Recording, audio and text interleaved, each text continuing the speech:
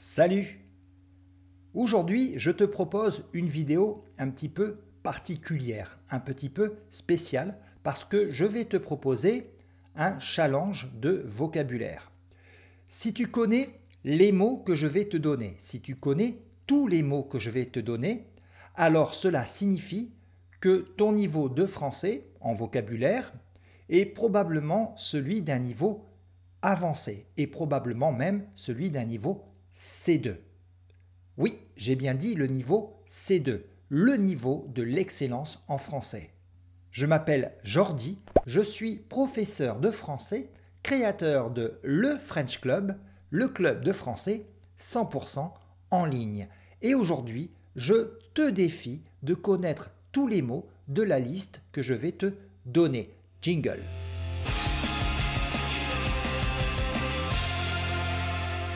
Alors le premier mot, c'est un verbe qui est assez informel. C'est le verbe magouiller. Que signifie magouiller? Le numéro 2 est un adjectif en 4 syllabes. Il s'agit de l'adjectif dithyrambique. Tu connais ce mot? Le numéro 3 est également un verbe. C'est le verbe geindre. Est-ce que tu connais ce verbe geindre? Le numéro 4 est un nom qu'on utilise généralement au pluriel. C'est les entrailles. Est-ce que tu as déjà entendu parler des entrailles? Le numéro 5 est plutôt une expression, faire un bide. Si je dis Jean a fait un bide, qu'est-ce que ça signifie? Le numéro 6 est vraiment un mot C2. Est-ce que tu connais l'adjectif pélagique? Le numéro 7 est un adverbe. Il fallait bien que je mette un adverbe dans cette liste. Il s'agit de l'adverbe solennellement. Est-ce que tu connais ce mot, solennellement? Le numéro 8 est un mot très étrange. C'est le mot magnétoscope. Il s'agit d'un nom, un magnétoscope. Qu'est-ce que c'est que ça? Le numéro 9 est un nom composé. C'est un bout en train. Qu'est-ce que c'est qu'un bout en train? Et le dernier mot de la liste, c'est encore un nom, c'est jacasseur. C'est quoi un jacasseur? Alors bien sûr, je te dois quelques explications. Je vais évidemment te donner la définition de chacun de ces mots et même des exemples à chaque fois pour que tu comprennes. Mais avant toute chose, je souhaite te parler de Lingopie.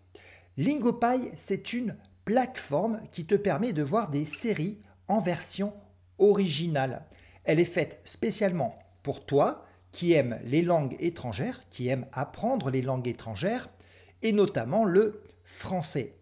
Avec Lingopie, tu peux regarder les séries en version originale avec un double sous-titrage. Un sous-titrage dans ta langue maternelle et un sous-titrage dans la langue originale de la série. Ce qui est génial, c'est que Lingopie est partenaire du French Club et grâce au lien suivant, tu vas obtenir une réduction de 55%, oui tu as bien entendu, 55% sur le plan annuel de Lingopie. 55% quand même.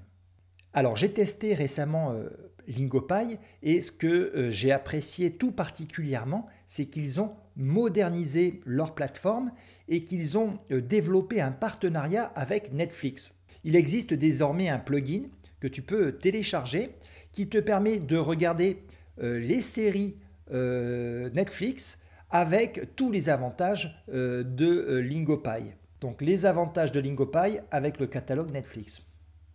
Le premier mot de la liste, c'était le verbe magouiller, qui appartient à un registre familier, c'est-à-dire que tu peux l'utiliser dans un contexte qui est informel. Magouiller signifie faire des choses malhonnêtes, qui ne sont pas honnêtes, pour obtenir un avantage, très souvent en utilisant des moyens astucieux et illégaux. Par exemple, Vincent a essayé de magouiller auprès du professeur afin d'obtenir une meilleure note. Mais cela n'a pas fonctionné. À partir du mot magouiller, à partir du verbe magouiller, on peut créer le nom un magouilleur ou une magouilleuse, une personne qui fait beaucoup de magouilles. Par exemple, Bernard Madoff était un grand magouilleur international. Le deuxième mot, c'était dithyrambique. La définition de dithyrambique, c'est qui exprime une admiration excessive et très enthousiaste. On peut parler par exemple d'un discours dithyrambique. Alors par exemple, le patron a été dithyrambique sur le rapport rendu par Charlotte. Un synonyme de dithyrambique serait élogieux. D'accord ? Je peux dire le patron a été élogieux ou le patron a été dithyrambique. Cependant, je pense que dithyrambique est un peu plus fort que élogieux. Le mot numéro 3 était le verbe geindre, qui veut dire se plaindre d'une façon constante et plaintive en émettant souvent des sons aigus. Par exemple, le chien a commencé à geindre quand il s'est rendu compte que son maître partait sans lui. Mes exemples sont un peu tristes, non ? Le quatrième mot, c'était les entrailles. Il s'agit d'un nom et je te l'ai dit, on l'utilise généralement au pluriel. Il s'agit des organes internes du corps et en particulier ceux qui se trouvent sous l'abdomen. Par extension, cela se réfère à tout ce qui est à l'intérieur, au cœur profond de quelque chose. Par exemple, je peux dire les mineurs descendent chaque jour dans les entrailles de la terre à la recherche de précieux minéraux. Allez, en numéro 5, c'était l'expression faire un bide qui signifie échouer, connaître un échec total dans une performance, dans un spectacle ou dans une tentative de divertissement. Si je dis qu'une chose a fait un bide, cela signifie qu'elle n'a pas du tout été appréciée, elle n'a pas du tout été aimée. Là aussi, il s'agit d'un registre qui est assez familier que tu peux utiliser dans un contexte informel. Par exemple, cette nouvelle série sur la vie de Marie-Antoinette a fait un bide. Personne ne l'a aimé, personne ne l'a regardé. Le numéro 6, c'était l'adjectif pélagique. Pélagique, ça veut dire qui est lié à la vie marine en haute mer, c'est-à-dire loin des côtes, pas près de la terre, loin de la terre. Okay ? On peut parler d'une espèce de poisson pélagique. Donc la phrase que je peux prendre en exemple est la suivante. Claude est un spécialiste des espèces pélagiques, il travaille pour l'Ifremer. Et l'Ifremer, c'est l'Institut français de recherche pour l'exploitation des mers. Le numéro 7, c'était l'adverbe solennellement, qui signifie d'une façon très sérieuse, très officielle. Prononcer solennellement un discours veut donc dire prononcer un discours d'une façon officielle et cérémonieuse. L'exemple que je pourrais prendre est le suivant. Le président a solennellement convoqué les parlementaires lors d'un congrès, ce qui signifie qu'il a fait ça de façon très très officielle. Le numéro 8 était un mot très étrange, c'était le mot magnétoscope. Alors un magnétoscope, ce n'est pas une machine très spéciale pour les chasseurs de fantômes. Je sais que le mot est un peu étrange, mais non, ce n'est pas ça. Un magnétoscope, c'est tout simplement un objet qui permettait d'enregistrer des émissions de télévision sur des cassettes vidéo, des cassettes VHS. Cet appareil était très utilisé dans les années 80 et les années 90 avant l'apparition du tout numérique. Alors par exemple, j'ai retrouvé une vieille cassette vidéo du mariage de mes parents, mais malheureusement, je n'ai pas de magnétoscope pour la visionner. Alors si tu connaissais ce mot, cela signifie non seulement que tu as un niveau C2 en français, un très bon niveau, mais cela signifie très probablement que tu es un boomer ou éventuellement de la génération X. Mais tu n'es pas un millénial, c'est évident. Allez, le mot numéro 9, c'était le mot bout en train. Un bout en train, c'est tout simplement une personne qui aime amuser les autres, qui apporte de la gaieté dans un groupe. Par exemple, pendant la fête, L'oncle Julien était le boute-en-train, celui qui animait, celui qui faisait rire les autres avec ses blagues. Le dernier mot, c'était le mot jacasseur. On utilise le mot jacasseur pour parler d'une personne qui parle beaucoup, qui parle d'une façon bruyante et de façon toujours agaçante.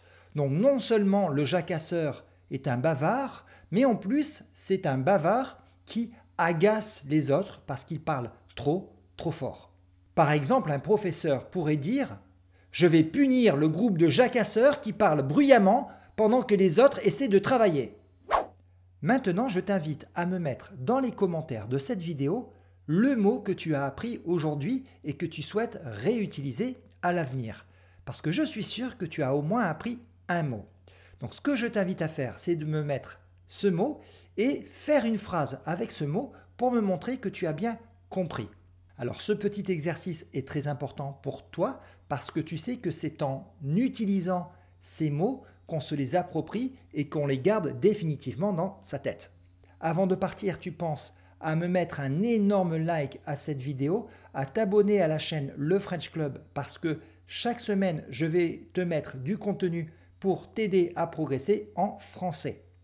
Si tu fais partie de ces élèves qui veulent aller toujours plus loin, qui veulent progresser encore davantage en français, eh bien je t'invite à devenir membre du club de français en ligne. Les inscriptions sont désormais ouvertes et tu vas y trouver d'autres vidéos, des vidéos exclusives qui ne sont pas sur YouTube. Tu vas également y trouver des podcasts, des leçons au format PDF à télécharger et également des activités interactives pour apprendre le français en s'amusant parce que c'est ça l'esprit du club de français. Je tiens maintenant à remercier Lingopie qui a parrainé cette vidéo et je te dis à la semaine prochaine pour une nouvelle vidéo du French Club.